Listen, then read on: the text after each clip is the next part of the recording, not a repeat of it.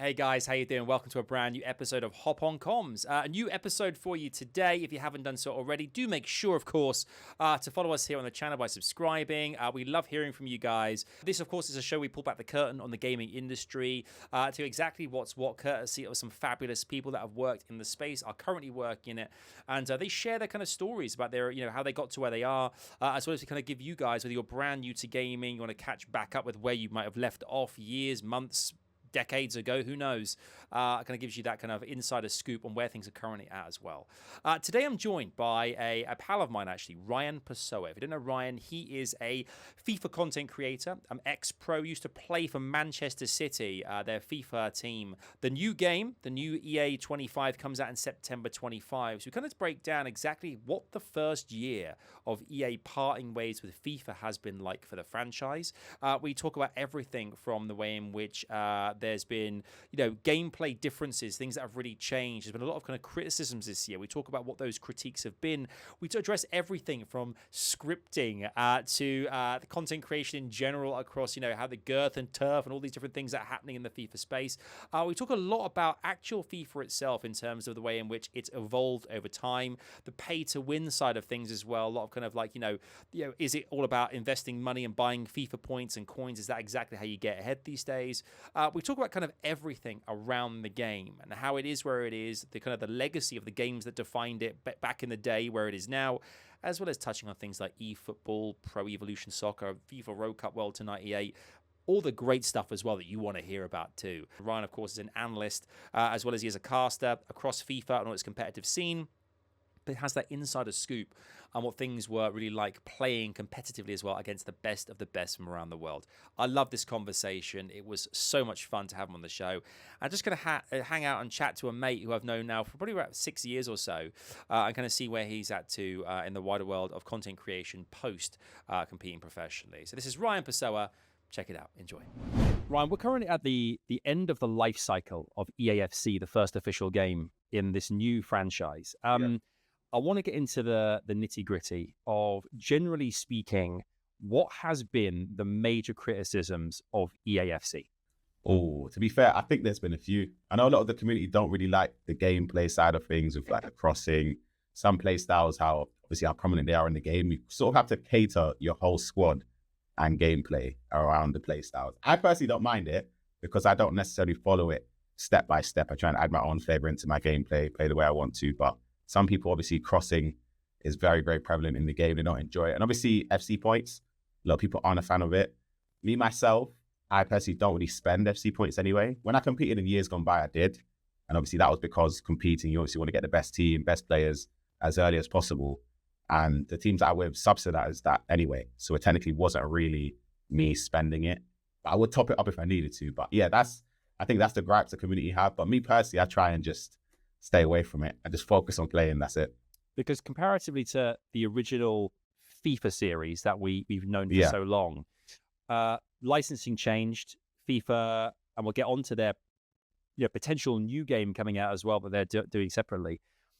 The playstyle mechanic you mentioned, these different things. What's been the last few years prior to this? What have been the kind of defining factors in those FIFA games that have kind of really been the meta for players coming into it? I think always in years gone by, and including this year, just the mechanics in the game.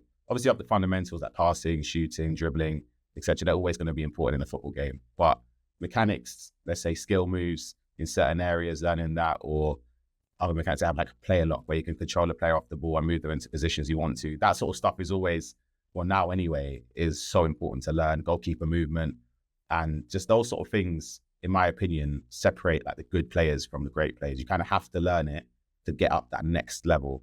For example, like I stream a lot and a lot of people say, oh, how do I get from 14 wins to 16 or 17? And they don't do step overs. I just literally just learn step overs and certain things you can just improve. Do you think it's more skill focused now than it's ever been? Because I've always been a passing type player, because I've played FIFA for years now, and I've always been a pass around. It seems that there's so many more things, as you mentioned, you've got to be conscious of now, and skill seems to be a massive factor now. Yeah, I would say, skills are still very important. I think in previous years they were even more important. Now they added like a delay to it, so you couldn't change certain skill moves. Before you could just do 6 or 7 skill moves just in a row. constantly elasticals and you're just through the defense. Now I'd say you can still skill, but it's not as important. Again, genuinely, the way FC24 is played at the highest level is just finding spaces and we call it like mismatches with you'd have someone that's 6'6" up against someone that's 6 foot. So obviously they're going to win the header more often than not. And that's the way a lot of players play, which is tough to defend. But then again, it's easy to create those chances, if that makes sense. I don't know how to explain it, but it's yeah, a lot of players play that way. Ultimate Team is like a thing that we've all kind of like known and loved for a long time now. Like, it's essentially opening packs of stickers and finding players and whatnot. Like, do players at the top level, do you see kind of carbon copies of the same teams more or less every single time, or are there different variations depending on kind of like the play style of that specific player? Yeah, to be fair, it depends. Obviously, I've watched a lot of shows this year, which I'm obviously grateful for. In certain leagues that have draft restrictions, so if you're playing in the Spanish league, you can only use players from the Spanish league in game as well. So obviously that adds a little bit of variation. Or FC Pro, they had budget restrictions. You can only spend this amount of points on your team, or you can use this certain type of card on this team. But when it's an open pool of players, I would say you'd maybe get 5 or 6 guaranteed players in the team. There's no way you're not playing without them. And I don't necessarily think it's a bad thing, because I kind of think you always want to have those set in stone players in the game that are obviously very good.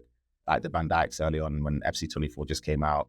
You've got obviously Ronaldo, you've got Mbappe. They're always going to be the best, whether it's in a tournament or at home, online, Ultimate Team, on FUT Champs, whatever it is.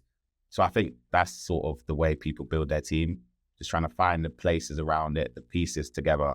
Obviously, as I said, Aerial Plus, people are using Vejrgang, who's 6'6", maybe. I don't even know how tall he is.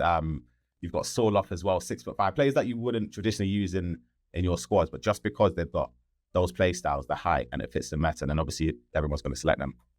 With these players as well, that you're finding as you go, because obviously you're kind of consistently upgrading the team, and that's one thing I've always been kind of surprised about, because from the get-go this season, we saw that EAFC, a different game, they had to change things up straight away. Were you finding that in terms of like pack luck, if you want to call it, and kind of the players you're finding? Did you immediately see the differences in players and what you were getting kind of right back at the beginning, like September 2023 versus now? Were you kind of seeing, comparatively to other FIFA games in previous years? To be honest, I don't notice much of a difference, if I'm being honest. I don't notice anything, if anything. I know that this time of the year, obviously, they release hundreds of promo cards in packs. You can pack any pack. You sort of feel unlucky to not get a promo card in there. So they've released genuinely dozens and dozens of new old promo cards with new ones as well. So it's like the likelihood of getting someone good is obviously higher than at the start of the year, when all there is Team of the Week players in packs and gold players. So it's very unlikely to get a Team of the Week player or an icon, etc. But right now, I would say if you had packs that are decent, even the ultimate packs in the game, 125,000 coins, whatever, if you don't pack someone that's a promo card, I think you're just unlucky, to be honest. You're more likely to get someone than not right now compared to at the start of the year. With these Team of the Week cards, they're one of the things I've noticed has been a massive difference this year, because in previous seasons, I'm like, you can pick up a Team of the Week for like 15, 20k in-game coins. Yeah. Now they're like 60. It's kind of like going rate for things. Is it because the SBCs have changed accordingly to make it 100%. much more make them much more usable for those particular kind of achievements and those kind of other player packs? Yeah, they always have the requirements for SBCs that you need to put in a Team of the Season or Team of the Week player. So naturally, they're always going to go up, especially now because they're not necessarily in packs anymore. Like for top 100 rewards, it's not top 100 anymore. For rank 1 rewards, you'd get a Team of the Week pack, Tradeable. So obviously, there's still that cycle of them coming into the game. Now those rules changed. Obviously, there's no supply and the demand is just going up. So obviously, Team of the Week players go up. But I don't really like how, back when I started, I played Ultimate Team. My first one was in FIFA 10, so a long time ago. FIFA 10. FIFA 10. Yeah, that was my first Ultimate Team. Whenever you packed a Team of the Week player, it was like, oh my goodness, this person's like revolutionized my whole squad. It's complete. It doesn't matter who it is, they're in the team. Now you pack a Team of the Week player and within 2 weeks' time, they're outdated already. So it's like you kind of have to keep, or if you're somebody that chases the best players, obviously you're going to try your best to keep up with the curve. But for me, I try my best to just say, all right, for example, I still use Team of the Week Mbappe, who I packed him. He's my best pack this year. At the time, it was like unbelievable. It was untradeable. And players just asked, why do I still use them? And I think I don't have the coins to upgrade them to the best version. And this one, he's got 98 pace or whatever. The 99 pace, you're not going to notice one pace, in my opinion, in the game. Obviously, the shooting is a big difference, but I time finish all my shots, which means obviously the accuracy, the power is increased. So it's more likely to go in regardless. So I just play with whoever. If they fit the team and I pack them and I've got like an affinity to them, they just play. I think that's one of the things, the untradeable aspect versus tradable. This year, is it fair to say that there's been a lot more heavy lean towards untradeable squads in general because of these SBCs and stuff? 100%. I don't know how I feel about it though, if I'm being honest. Again, I came from the generation where everything was tradable. There was no such thing as an untradeable pack, really. Not that I can remember anyway, way back in the days. Now, I remember a couple years ago, it might even have been last year when you completed SBCs, all the packs were tradable. You would get 50k pack, 100k pack, and it's like the adrenaline of being potentially completing an SBC that's not that expensive to opening a 100k pack and getting something expensive was amazing.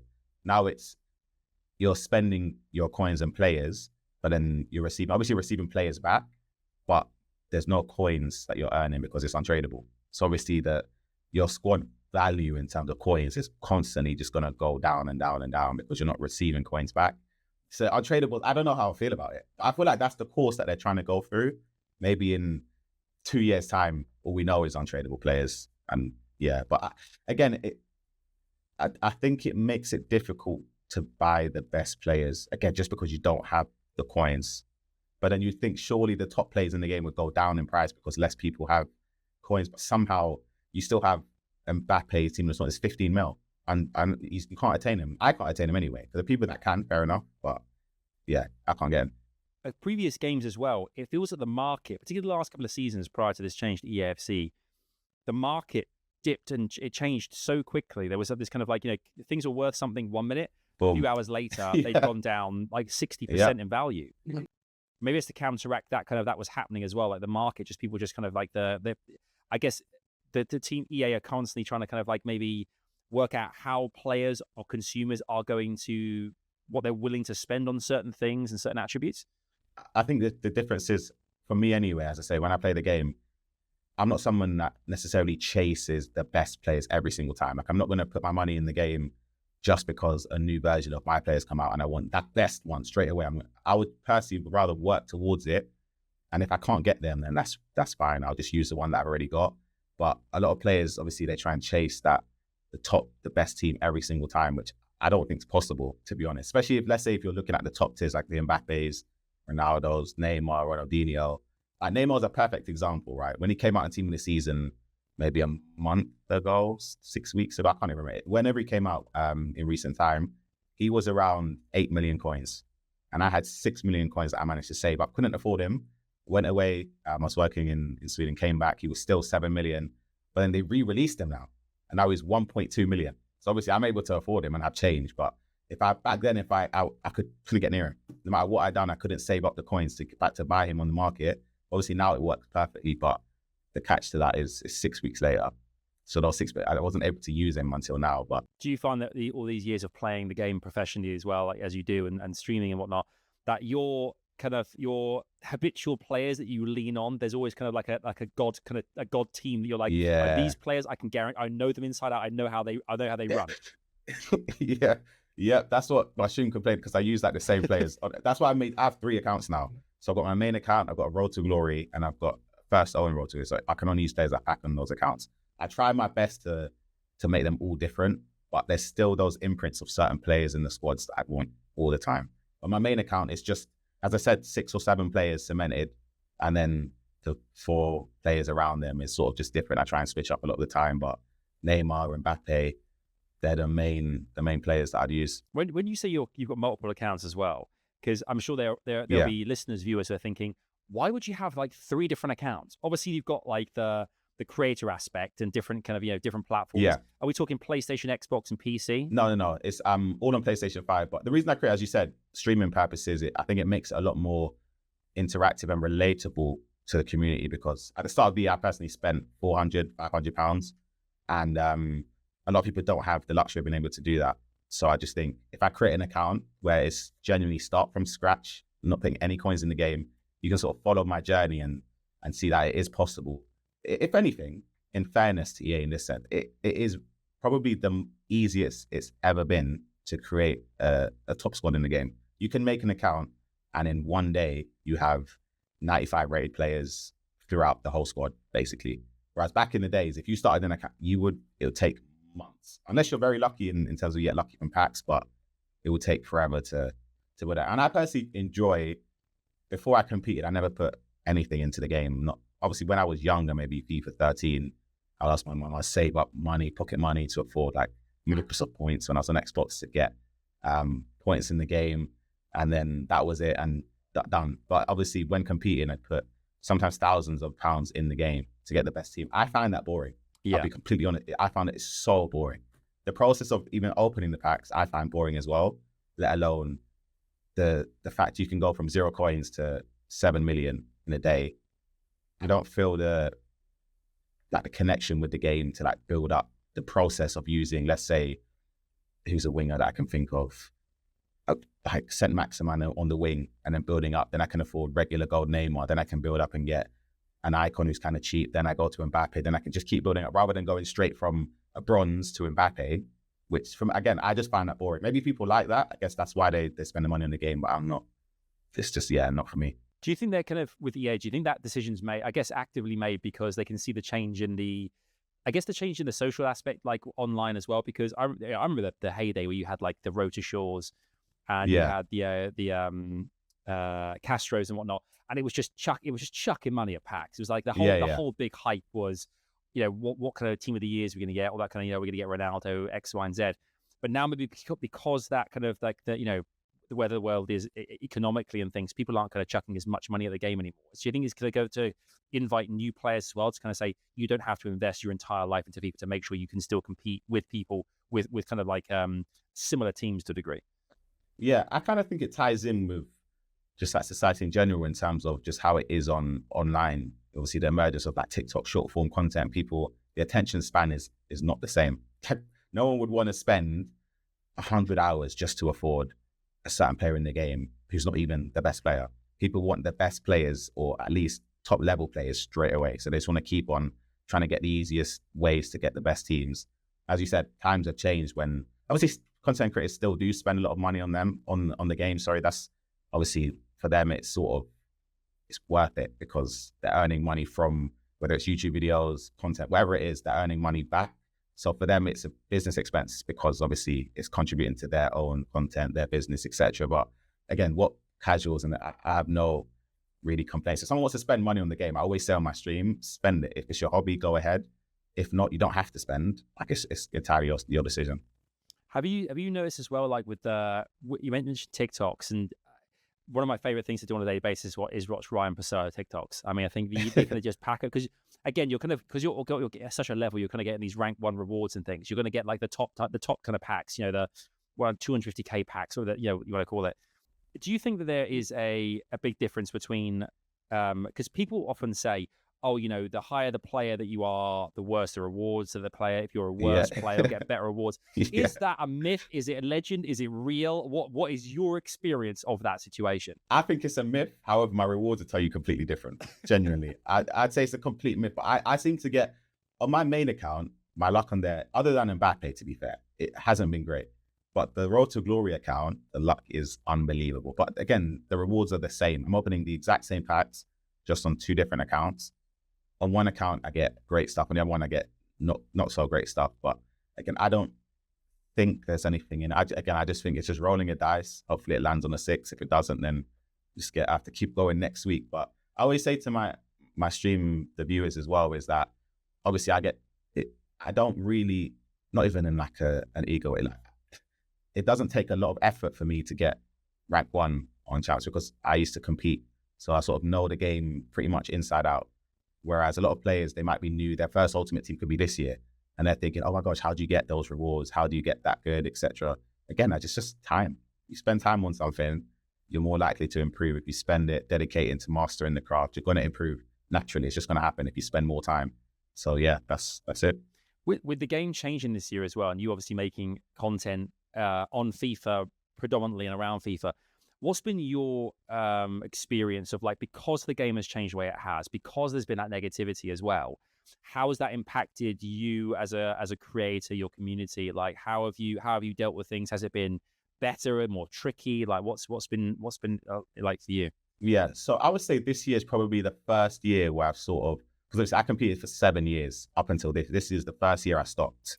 So over those 7, I'd say 4 or 5 of those years, I used to complain constantly. And honestly, it was relentless.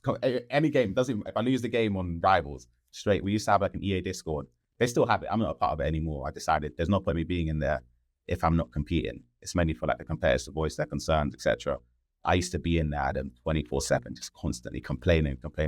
But this year I thought to myself, I'm obviously not competing anymore. And if anything, I know a lot of people really dislike FC24. I don't mind it, but I think obviously that could be tied into the fact that I'm not competing anymore. Competing was a lot of stress for me. And since especially the pandemic, I didn't really enjoy the game so much, or the whole, just like the esports scene in general for, obviously it was FIFA back then. It just felt like I was so used to competing when, if you qualified for an event, you fly out to wherever country it is to play the tournament. The prize money is X, Y, Z. You've got the interaction of other players online. That sort of stuff bedded into what felt like a competitive scene for me. Obviously, when COVID happened, it felt like that was stripped away because those elements of, obviously, there was no international events or domestic events. There was no events in general, unless it was online. And even then, they were rare. They weren't really that common. The prize money was slashed dramatically. So it kind of just felt like, what am I playing for in a way? That was the first period of time where it felt like a job to me. If that made sense. Because when I came into it's always just playing FIFA or FC now has always been a hobby, no matter what. I've never really seen it as a job until then. I always find it really hard to describe. Yeah, that's just the best way I can put it. When you're in the Discord and you're kind of, sharing your, I guess, negative feelings about like, how you thought, is it kind of gripes with the gameplay mechanics? Is it around the kind of tournament structures for the pro scene? Or what is your kind of, what's really getting under your skin the most? Everything. Genuinely, anything that came to my mind at the moment, I'll sort of vent it. It wouldn't be in a disrespectful way. It'll always be respectful. But let's say if it's a tournament structure or the admins on the website aren't really doing their job, or let's say connection issues, that sort of stuff, I would always try and voice my concern. Or let's say mechanics in the game, which are very clearly, in my opinion, maybe it was intended. It seemed unintended and it wasn't being fixed instantly. But I think as I grew up and I got older, I kind of understand that there might be an issue, but it's not as easy as you click your fingers, next day up, there's an update and it's completely fixed. Obviously, it takes time. There's priority issues in the game that obviously take priority, obviously, as EA would want to fix it. But yeah, as I've got older, and maybe this year I've sort of matured a lot. And yeah, my stream movers say it, I never get annoyed at them. But I promise you, I used to be a head case. I used to be screaming all the time. I can't imagine that. I genuinely cannot imagine that. I'd be so angry. Chill guy I know. Yeah, I'm just relaxed now. I don't even, something could happen in the game and I just laugh it off. But I see it now because obviously when I was with Man City in previous years, I was getting paid to play the game. Now I'm not necessarily directly getting paid to play it. I just see, why am I going to put all of that negative emotion into it when I'm not getting paid to play it? It doesn't really make sense to me to want to be that angry and there's no that benefit in the sense of what am I really getting angry for? I just see it as a game, as I said, just a hobby, something I can stream and create content on and just try and have fun with it. I've got to ask you about your Man City time as well, because I think for a lot of people as well, when if you're a professional footballer, you play for Man City, massive deal, obviously, but also being a competitive player, there's organizations like, FaZe and Optic, all these ones that everyone's kind of familiar with as well. But when you're playing for a Premier League team and repping, like you're wearing the kind of the Man City jersey or whatever you're playing, what does it actually mean to play for Man City? What was that experience like? Like what did you do on a daily basis and things? They were, to be fair, Man City, they were incredible from the duration I was there from start to finish. I'll say that was like a key moment where my family sort of started to they already accepted, but sort of acknowledge that, oh my gosh, esports maybe is a big thing. They see like a football club the size of Man City is involved and I'm side with them. They see it as, wow, that's actually something big. It was a thing where, again, related back to the pandemic, as soon as I joined, maybe 6 months later, the pandemic happened. So it was kind of just like, you couldn't really do much. But before that, they obviously tried to incentivize content with the players, creating different, like I've done videos with Aguero and other players like that, which was amazing.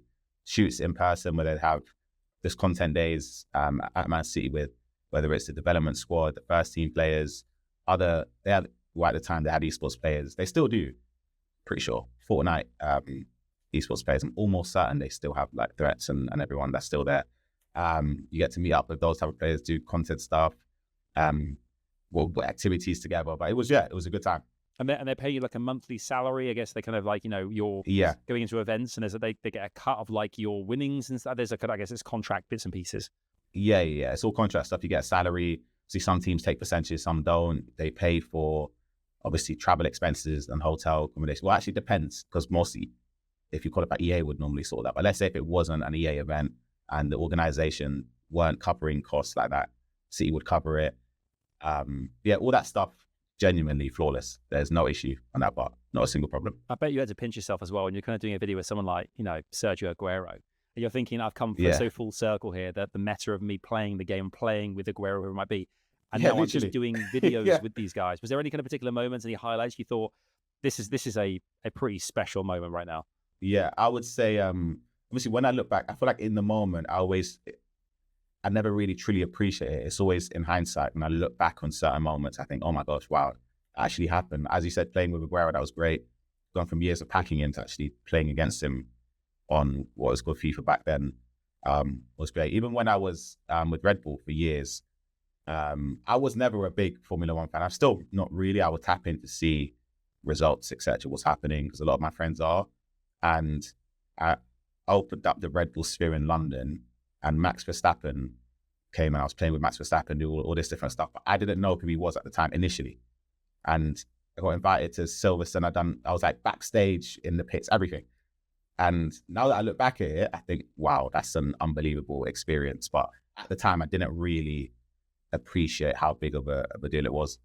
Any of the players at like City or anyone you kind of know in the, I guess, Premier League, who are big time FIFA players, are like hold their own? Any inside scoop? Who's yeah. Cole Palmer was very good. Who was? Cole Palmer's good. Cole Palmer, really? Very good. Okay. Yeah, Foden as well. Both of them, very good play. Very, very good. Interesting. Very good. Because you naturally imagine they're going to do that. I've talked to a few footballers over the years. Through I had a very random.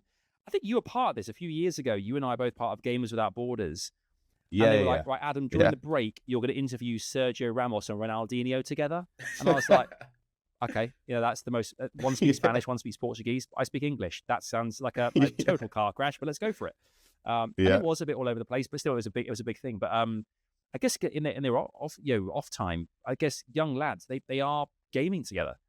Of course, yeah. I think it's a natural thing. I think when you grow up. Well, for me personally, through from experience, obviously I played football a lot growing up with friends and for Sunday league teams, whatever it was. But I think that's where my love for FC and FIFA back in the days came from. It stemmed from my love of football. That makes sense. And obviously that tied now into video games and being able to play FC24 now. I try my best to try and do the things that I love back in the days, whether it's dribbling, little skill moves or certain ones, and passing play and that sort of stuff. But obviously, as I said, the game, if you want to play it to its maximum potential in terms of the meta, it's more so just crossing the ball, knocking it down, getting those sort of areas, which I'm personally not a fan of, but I don't really get frustrated about it anymore. If that's the way people want to play and that's the meta, then I don't blame people for playing it. It's ultimately, for some people, it's their jobs and they want to get the best results possible, so you kind of have to play that way. What's been the common, because I watch a lot of your content around like, kind of like, okay, this, the new patch has happened, the new update, this is the new meta formation. Is there been like a consistent like, formation for, I guess, for players to kind of, you can always rely on, that's always going to kind of get you over the line, or at least you got to hold your own against anyone else? Something that you kind of recommend personally, you kind of had the most success with? Personally, I've not used this formation this year, but the 4-3-2-1 is the best formation. Like if you want to go from 10 wins to 14, you can genuinely slap that formation on, copy the tactics and the play styles and get the certain players in those positions to play it perfectly, and you could gain 4 wins just like that easily. I play 4-4-2 just because I find it a lot easier for the way I play, and it's something that, again, when I was competing over the years, I didn't enjoy using 4-3-2-1 and I didn't enjoy having to cross the taller players. It wasn't something I enjoyed. So now, as the way I see it, I'm not contractually obliged to compete anymore. So I'm trying my best to enjoy the game. And as I said, I can still get 20 NLs consistently without having to resort to crossing the ball a lot, just because I don't enjoy it. If I enjoyed it, I'd be crossing the ball every time I get down the wing. No problem. Do you find when you're competing, like in your kind of, when you're competing in champs and stuff, and for those who don't know what champs is obviously like the kind of a weekly, kind of like the league, which really you've got to qualify for that. If you get into that, you can try and get the best rewards by getting 20-0, 20 wins. But you obviously played against some of the best players. Did you play against like Tex and those kind of guys? And like, okay, who's the young chap who went unbeaten for ages? Yeah, special player, honestly. What makes him special? What makes him so special? I can't even expect just the way he reinstates. He's not even he's 6 steps ahead of you. Like you're thinking, oh my God, he's pretty much flawless fundamentally in the game. However, in terms of the meta, he didn't even cross up until relatively recently or do any of that stuff, and he's still wiping the floor with everybody. So it was sort of a thing where if he adapts and sort of adds that sort of stuff to his game, it's a guarantee win in a way. It's a guarantee. And that's what he won the World Championships, FC Pro World Cup, the World Championships, and yeah. Yeah, I remember there was a lot about him in the press because he's just a young kid. I mean, he looked like a child. Yeah. I mean, he is. He's like he's 18 now. I think. Yeah. But I remember he came on the scene. Genuinely, when I started on this, I think he was even playing at tournaments before I came on the FIFA. So he used to play in just little domestic tournaments in Denmark. He wasn't able to compete because he was up until he was 16. But he was still, when he had his FUT Champs record, I think it was 535 games unbeaten. But he wasn't able to compete. And I always say this, if he was able to compete that year, he clean sweeps every single tournament there was. He wins everything, done. No one could come close. He was beating the best players that year. And I believe that year where it was very defensive, it was like 4-4-2, everyone dropped back. Some of the best defenders in the game, he was just beating them in one half or one game, 6-minute halves, just 8-0 or 9-1 or 10-2. It was just domination. Well, prior to Anders, was it MS Dasari? Was kind of like the guy who was like the top of the tops? You got Dossel, you got Tex, of course, you got Nicholas. Those 3, I would say. Plus you got Ummet as well, who was won a World Championship. There's so many players that are at that elite level because obviously they've won World Championships before. But I think Anders, for me, honestly, I could see him doing just going back to back constantly until someone stops him, which I always think it comes down to like your desire and your motivation. I think you never really lose. FC24 is not really a game where it relies on that reaction speed or anything. It's sort of the way I see it. Obviously, motivation is a key factor, and that ties into the amount of time you spend on the game, wanting to learn the game and practice it, and then feel the buzz of competing again, which I don't have. I'll be honest, I personally don't have it. But I feel like Anders is somebody whose life is devoted around the game. So I don't see how his motivation dwindles because he just wants to win. I could see him winning constantly. I'll be honest. When you're in these lobbies and you're competing for these rewards, like are there players you come up against sometimes, and you don't know who they are, you recognize the kind of the user account, someone that you haven't kind of seen on the pro circuit, you kind of go, oh, there is something kind of special here. Like you can kind of sense there's things you're like, this isn't what you can see the difference. Yeah.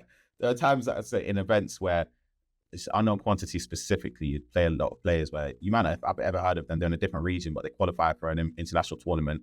You play them. And sometimes for me, I would not look down, but I think, all right, I'd see Europe as the toughest region. And I think if you're not in Europe, I think I should be a favorite to beat you. That's the way I would always see it. But then sometimes you play players from whether it's South America and you think, hold on a minute, he's unbelievable. He's better than me, to be honest. And somehow, maybe if I win, I'd always say I'm very honest, right, in the sense that if I win a game and I don't deserve it, I'm happy to admit that I have no problem. I don't really have like a pride thing where I would say, oh my gosh, yes, I deserve to win if I don't. And that's vice versa. If I lose a game that I deserve to win, I'm happy to voice that as well. But I don't mind saying that if I've lost and I deserve it, I hold my hands up. But there's a lot of players that genuinely have beaten me over the years, and I just think, fair enough, you're just way better than me at the time. That's it. From a competitive standpoint, when you were competing, were there moments that you ever kind of wish you could go back now? Are there kind of moments you kind of think like you could relive those? Because I can imagine the hype of the crowd, those in-person events. Yeah. There's nothing like it. No, absolutely. I would say I used to get let down a lot by like my nerves. And it used to be nerve-wracking just playing. And it would sort of take me time to sort of improve and get used to it. So like, let's say we play in a Swiss format, you play 7 games on one day. To qualify for knockouts, you need to go 4 wins, 3 losses, for example. I'd have so many times where I'd lose my first 2 games, and then I'd win like 4 in a row. But then I just think to myself, I'm now in a game where, let's say it's a decisive game, and if I lose them out, if I win them through, but I shouldn't be in this position. I'm only here because I was nervous at the start. And now I don't get nervous about playing. Obviously, maybe it's different because I'm playing Ultimate. I'm just playing Ultimate Team for Champs. It's not really something to get nervous. I don't find it nerve-wracking because I've done it for years and years. But competing at the time, yeah, I don't know. I just found it was so nerve-wracking. Don't know. I couldn't put my finger in. Obviously, there's a lot at stake. There's prize money. There's the reputation of, even when I was at City, I think City amplified it a lot more. They didn't really put any pressure on us, but naturally, you're with the biggest club in the scene, in the ecosystem. So you want to make sure that you can prove that you're worthy of being there. And I feel like that added so much pressure, and it just made me just play 10 times worse. I can imagine that, because there's a lot of a kind of, I guess, audience thinking, this guy plays for Man City. They picked him. Why they picked him? Yeah, there's that on you as well. Yeah, that was always a thing. But again, mate, I feel like that's natural though. Now that I see, as I said, I've matured a lot. It's a normal thing. Feeling pressure is a privilege. It means you're in a position where you can, obviously in this case, you can technically change your life in the way, if you perform well, you earn that substantial amount of money.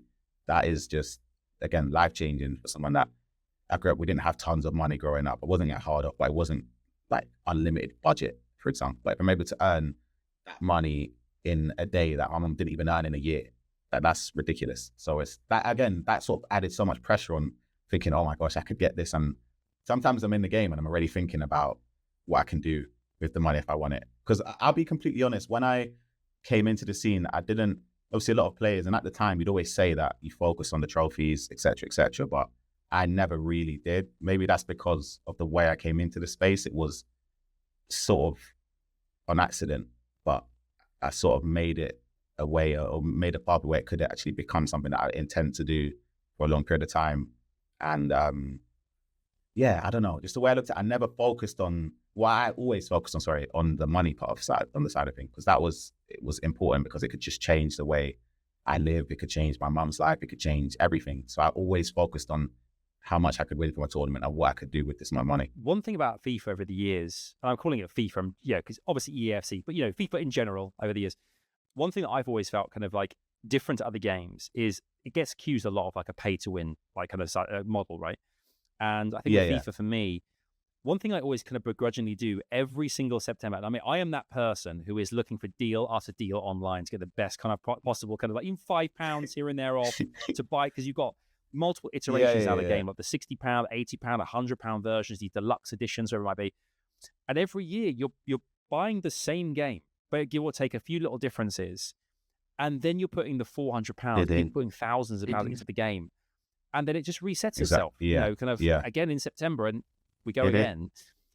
EA living their best life, living the dream. I think that's one thing I find like is a difficult pill to swallow sometimes, is like knowing how much money is being put into the same game, give or take. Do you think there's a chance that it will ever be a free-to-play game? Would EA ever go to that place, like, at all? Or do you think it's just no way? If I'm EA personally, like in their shoes, right, and I'm earning record-breaking figures every single year, I'm not changing anything. I wouldn't change anything. However, if you look at the space of obviously gaming now, you've got a lot of games that are free to play, but they've got obviously battle passes. You see, say Fortnite, for example. You've got Valorant, those type of games where they earn a lot of money through microtransactions in the game, whether it's buying skins, etc. Maybe that could happen where the game is free, but there's like a battle pass in the game where you pay X amount and you can earn this, but you can still buy packs. And I honestly don't know. But yeah, for me, as someone that doesn't spend tons of money on the game, I don't know. I can't speak for other people, obviously, but for myself, it doesn't really bother me. So because I don't spend it, and I always just say, if you're an adult and obviously within reason, if you wanted to spend the money on the game and you've worked 40 plus hours a week and you decide this is my hobby, I want to spend it on this, go ahead. People spend it on worse things. I guess it's entirely up to you, but it's within reason. That's the thing. If you're spending every single penny you earn on it and you're putting yourself in hardship, obviously it's the wrong decision. But if it's bits and pieces here and there, then yeah, it's entirely your decision. Am I being mad in saying that the battle pass this year on what's the battle pass on FIFA called? I forget what it's called. It's like the season progress. Season progress. Yeah. It's way harder to earn XP this year than ever before. I've never ever completed it. It's never. mental. I don't. Yeah, I've never completed it. I don't know how there are people in my stream. I'm like, it's 40 levels, for example. I'm on level 7. And someone's like, oh, I'm on level 33. I'm like, how are you on level 33? How is that even possible? I don't know. I guess they obviously complete every XP objective. But for me, again, I only want to play. I don't want to go into certain modes and have to play it. If I don't want to, I just play I play champs. I don't really play rivals. But if I did, that's it. It's those two and draft. And they sort of have the objectives for the XP, more so like friendly objectives and friendly modes. And I never really play it, to be honest. Never. I'm not one to play those kind of those silver lounges and stuff. Yeah, too. Like, yeah. It's not for me. It's not for me.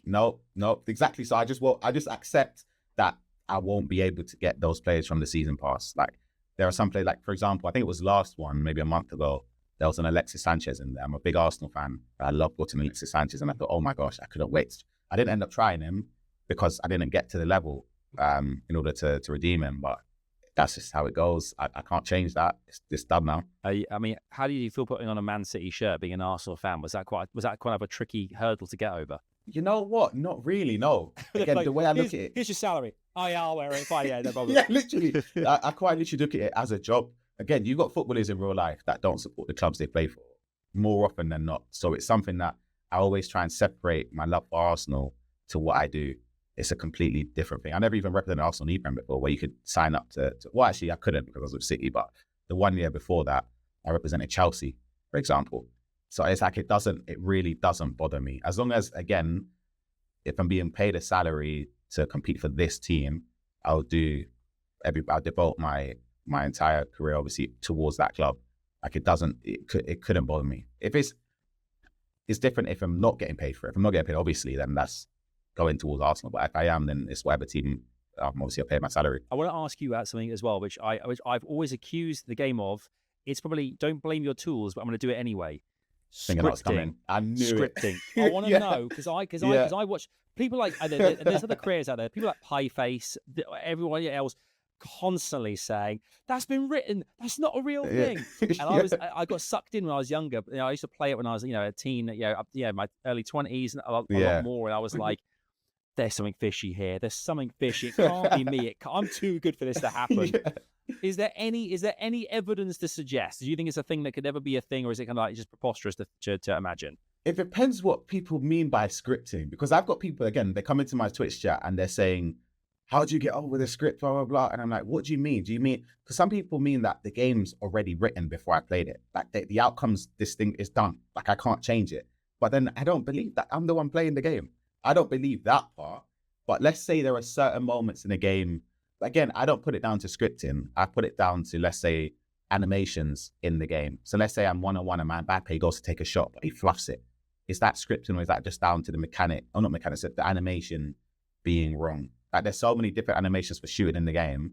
The one that I've wanted to enter, you can't pick them. The one that just happened to be at that moment is the one where the ball's gone wide or it's fluffed it straight into the keeper's hands. Or, again, I don't know. I never really thought of scripting or momentum and stuff. But it could, who knows? One day if it comes out and they say that I'll hold my hand. But I personally don't. I don't think it is, because then why doesn't it affect me? You know what I mean? Like why would I? Mate, you make a good point. Yeah, that's just the way I see it. I don't know. I think I used to get into that thing where I used to have like a matchup in like my rivals division, whereas my team of like OP 80 whatever 90 pluses playing against like a bronze team, and they'd be proper special, and I'd be like, there's got to be something fishy. There's something going on here. No, see that back in the days, when I used to play, I used to aim for the highest rated squad. So I'd use a lot of Barcelona players like Xavi, Piqué, Puyol, David Villa, Iniesta. They weren't the best players in the game, but they were the highest rated ones. So I'd always just want to use them. Whereas my friend would just use a silver Brazilian team or a silver Prem team. And I'd win most of the time, but then 99% of the time. I'm looking at his players and they're just weaving in and out of, they're perfect, the passes, the shoot. And I'm thinking, what's going on here? Because your player's 70 rated and mine's 92, but then I can't do that. My players can't do but I don't know. Again, I never really put that down to scripting or or momentum or whatever people call it. And I don't know. Maybe I'm naive. Maybe it is who knows. But Yeah. I try not to even worry about it. I know for a fact I'm definitely older than you. Okay, my first FIFA was the OG FIFA International Soccer on the SNES, right, on the Super Nintendo. Mate, what's I don't know what that is. You see, mate, I'm going to say, people watching this or listening to this, if you know, you know. Okay, this is you have to, there's a certain angle, a diagonal hit into a top corner. It was good times, the original. But one of the things about that game is there were cheats, right? So you actually had like invisible walls. Banana shots that would bend. Like you could these cheats. Yeah. And like a game genie. It was amazing. And even now, all these years later, there are sometimes I'm like, mate, he's got banana shots on, mate. There's no doubt he's got banana shots. It's not a thing anymore. It's still a thing for 20 years, but I'm still like, it's definitely a thing. That's definitely happening. There was a thing back in the days of early Ultimate Team where they had morale cards in the game. Morale so like, cards? if you like lost the if you lost the game, your morale would go down. However, I don't actually know what morale done. Yeah, I didn't know what it done. I'm not sure if it made your players play worse. I have no idea. Yeah. But I remember people used to say they still think there's that little element in the game where you lose a game and then you're destined to losing. But then I don't know. Yeah. Maybe I just don't believe it. But it could. Again, I'm not the one that makes it. I don't know. Maybe it is. Those moments we have like something happens in the actual Premier League where like when Ronaldo was there, he had like walked off in the middle of the game when he wasn't kind of brought onto the pitch or whatever, and then he plays in your team that week, and you're like, he's still feeling it from the weekend. They've actually put it into, they've actually coded it. So Literally, down they've in the updated it. The things we make up to justify us being terrible. It's just like we just do it. It's a human thing. I think people get thrown off as well because let's say they can see the City goal. Mentally, they're raging, they're getting angry, they're blaming the game. Obviously, you're going to play worse because you're angry. You're starting to be a little bit rash. So maybe there's that as well. It's got to be it. What was your very first FIFA game? What was your first one you ever played? So I got my first console when I was 8 or 9 years old. I can't remember. It was either my birthday's in February. It was either Christmas or my birthday month in Feb. I can't remember when I got my console. But I was 8 or 9 years old, and I remember my mum couldn't get the latest game. So we went to like CEX or Game Over and got FIFA 2003. I remember that game. I only remember the year because I've been asked this before and I remember the cover. I can see the game. It was like Roberto Carlos, Giggs, Edgar Davids on the front. I remember playing that game. And I always just played career mode. Straight up, that's it. I was always a career mode fanatic. Just played on the highest difficulty. Or sometimes I was a sadder where I would go into kickoff, I'd make the game length as long as it possibly could be and just try and score the lowest difficulty, amateur, whatever, beginner. I don't even know which one it is, which one's the lowest one. And then just score as many goals. I just score hundreds of goals, just sat there, just scoring. Yeah, strange, but that's what I used to do. Well, look where it got you. Got to the pro circuit. I mean, because I asked about the kind of that free to play earlier on as well, because I know that obviously ISS Pro, International Superstar Soccer, turned into Pro EVER. You're looking at me thinking, I don't know what you were talking about. It was a big deal. The arcades they were popping off back in the day. It was that turned into Pro Evo or Pro, and now it's become eFootball, which is free to play. And I wonder about the differences. I know that I think particularly out in the Far East, big popular game. I think it's Konami make it. This is they do. Big popular game. But it's never really translated, despite being free, the same way that the likes of FIFA has. And I wonder if it's kind of down to a gameplay thing or down to just a natural kind of like wanting to have like the licensed players and like kind of like the real deal. That's a big thing for me. I remember back in the days, I used to buy both FIFA and Pro Evo at the same time. I used to just play whichever one I fancied to play, I'd play because Pro Evo used to have like Master League back in the day. I used to love that. That was like, oh my gosh. Was it Menanda? Yeah. These kind of players that we used to be in the, do you remember those? Oh yeah, it was insane. It was unbelievable. But I also love playing FIFA at the same time. So I just play both and just change. It was like different controllers to shoot. I always used to, so let's say if I play Pro Evo, it was square to shoot. I would still have circle to shoot on FIFA. That means I wouldn't swap it. So my mind would have to change each time I played it. Yeah. But yeah, when I stopped playing Pro Evo, PES 6, I think, was like one of the last ones I played properly, where I played a lot. That was like one of my favorite games growing up. And then I've always disliked the fact, obviously licensing issues. Arsenal were like London Red, and the Prem, like a lot of the teams, Man Blue, yeah, Merseyside Red and Blue. I wasn't a fan. The names were spelled wrong because they didn't have license. I couldn't deal with it. And I always preferred the graphics and the gameplay smoothness for FIFA and now FC 24. Like when I look at eFootball, so that was cool. Yeah, I've seen some clips of that. It looks, again, it's very difficult to gain an actual understanding because playing it and seeing it is different. but it just looks more clunky than FC24. So I just won't have an interest in ever playing it unless maybe it feels different. It's just the aesthetics for me is just a little bit different, and I just prefer FC for that. One of the greatest things I used to love about Master League, I think it was part of the same thing, and I'm just going to give it because it doesn't get enough time in the spotlight. Oh, Let's yeah. just run it back for a second here. Mate, they used to have that mode where they'd set you up in certain challenges and be like, right, there's 4 minutes left of the game. You've got to like bang a couple in. Yeah. They're down to 10 men. And I used to love those challenges because I'm surprised with all the kind of like the kind of they've got everyone from George Best to Bobby Moore to all these different players they've got kind of in kind of like EAFC. There's not more of those kind of. I think they have like battle. There's the battle kind of something or other they have as well. Like you kind of simulate. Yeah, they tried to add it. Yeah, they tried to add it in. I think it's called moments in the game. That was it. Yeah. Yeah, but it just never worked really well. I don't even know where to find moments in the game. I don't even know where to look. It's not really somewhere. I have no idea. I don't think I've ever seen it before. But it's not something that's really like in your face. You have to go looking for it. Whereas let's say champs and everything is just straight up there on the menu. Maybe moments is there too, and I just scroll past it. But I couldn't tell you without purposely trying to find it. I don't know where it is. I have no idea. Because you earn like this random like different kind of coinage as well that didn't count like anything up. Stars. Yeah. There was no way they're the same. But yeah, I think they could definitely do like kind of like 1966 World Cup final. You've got to kind of do X, Y, and Z. Yeah, I think a lot more of that. I think people will be a lot more kind of inclined to do those kind of things because I think we're really fun. But you're right. It's kind of in the back of the car park now. That's right. You have to get a really convoluted menu list to get where that is. But I mean, the game in general is, as I said, coming to the kind of end of like EAFC's kind of first, I guess, pioneering year now as this kind of like EA separated from FIFA. FIFA have kind of announced they are going to do a game of their own. Do we know if this is real? Is this a thing? I think it is real because I saw like the president of FIFA like speaking about it. When it is or what it is exactly, I have no idea. I know they have like rumors, people saying it's like 2K and like a merger or that sort of stuff. I have no idea.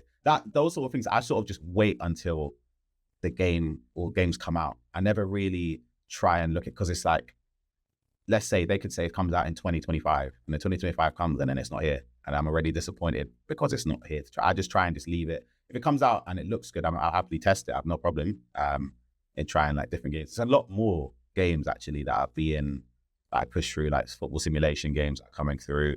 But again, I've just always been a FIFA and FC player. So to transition away, I don't see it personally. Maybe it could happen. Maybe the games are unbelievable and it's just a destined thing. I have to play it, but I've always just been an FC and FIFA player. That's it. I mean, look at the way in which sports games in general tend to have one predominant, like kind of like, one predator at the top of the list. You've got yourself, and I think NBA 2K, MLB has got one like game to have like a competitor. You've seen what eFootball have done. Are FIFA really going to find a brand new publisher, developer to make the game? And kind of, it's a lot of work. Yeah, I have no idea. That's why when they said it was coming out so soon, I was like, I don't know how they must have been working on that behind the scenes for years. Because to start from the bottom up must be hard. EAFC 25, is that what it's called? I don't know what the new. Yeah, is that the new? Yeah, well, I call it FC 25. It might be EAFC. Yeah, I call it FC. I know people do call it EAFC. I just call it FC 25, FC 24. Do we know anything about FC 25? Are we hands-on? Is there a chance to look at it? What do we know so far? Yeah, I haven't personally not played it. I've seen glimpses of the people that I don't know where they went to, but they flew out to test it. I want to say it was in Vancouver. I could be wrong, but it was relatively recent. And obviously they do like their pitch notes and they posted videos of certain things that come into the game, the trailer. There's something called Rush actually, which sounds really, really good. It's like 5v5 in Ultimate Team. Well, 4v4 plus an AI goalkeeper. It sounds really fun. And I think we need a new game mode because I get bored quickly playing rivals. That's why I don't play. It's very stale to me. And champs can get stale as well. That's why I build a new accounts and change up the teams, etc. as much as I can.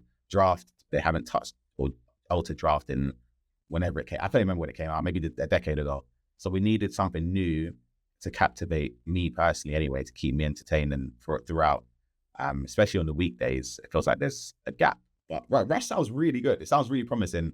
So I'm hoping that it's as good as it sounds. And what else have they added in? Obviously, the new tactics and stuff have changed, which sounds good again. But again, on paper, it's easy for it to sound good. The implementation of it, if anything previous is have to go by, there'll be a lot of exploits that people do discover and obviously try to capitalize. So hopefully EA are on top of that and try and fix it in due course when it happens and not leave it for a substantial period. Like it's able to be fixed quick.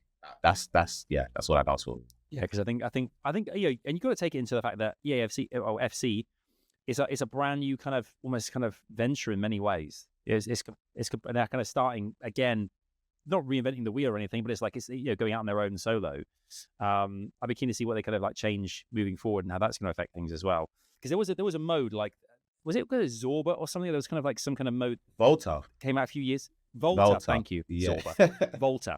That came out, and I was like, okay, I thought that was going to be a big thing, and it didn't really become anything because, again, throwing back to an older game, FIFA 98, Road to the World Cup. I don't know if you ever saw any of that or heard about that. With David Beckham on the front cover. No. Oh my god! Right. So this game was revolutionary. The opening soundtrack was Song 2 by Blur, right? The kind of the most British kind of like rock song. And one of the things they had in the game was an indoor football mode. Okay, I think I might have seen clips of it was unreal. Like it was so good because you could batter the ball off the walls.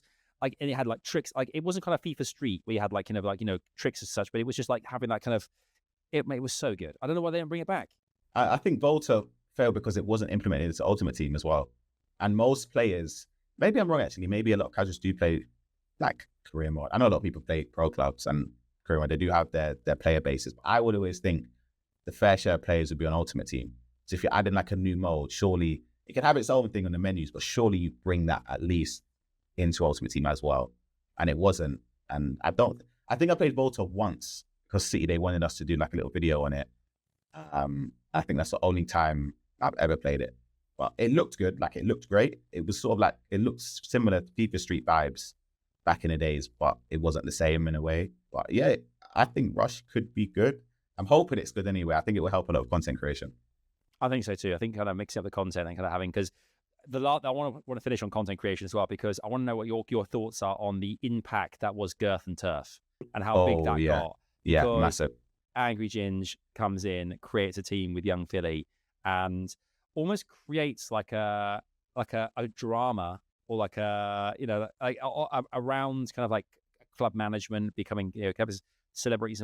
What was your take on that and the kind of like the way in which content creation was going to take to another level when you kind of saw that kind of unfolding? Yeah, in fairness, I didn't see too much of it. And initially, I watched like quite a bit of it at the start when it first sort of came into prominence. I think obviously it's a great thing having a lot of like the top content creators building and stuff and collaborating with each other is always a good thing. And even smaller content creators are given opportunities to like build up their brands and create content for their viewers, which is always a great thing. So I'm hoping that sort of stuff will be a lot more prominent in FC 25 because again, that Rush game mode for me is obviously it's similar to pro clubs in the sense that you're playing with other players and you're controlling one player, but 5v5 is sort of 11 versus 11, which maybe could make it easier to find teams and for everyone to be on at the same time and build up sort of relationships and stuff. So I'm hoping that's going to be like a kickstart, and maybe obviously with Ginge and I'm sure they were on the trailer as well for Rush. Yeah, Philly was, Ginge was 100%. Pieface was too. But I didn't watch the whole thing. I only watched bits. I think I saw Philly was on it as well, apparently. I don't know how Wayne Rooney joined the team. I don't know how that's random. Completely most random thing ever. And I love nothing more when everyone's asking him questions and he's like, we will just shut up, please, and focus on the game because I'm here for FIFA. I don't talk about anything else. Favorite player of all time, just to kind of hop on. My favorite player of all time is Henry. That's like my favorite player of all time. Is just as an Arsenal fan, I understand. He was different. But again, I wish I could have fully appreciated how good he was because I was still very young when he was just in the Invincible team, was he scoring, breaking records, etc., etc.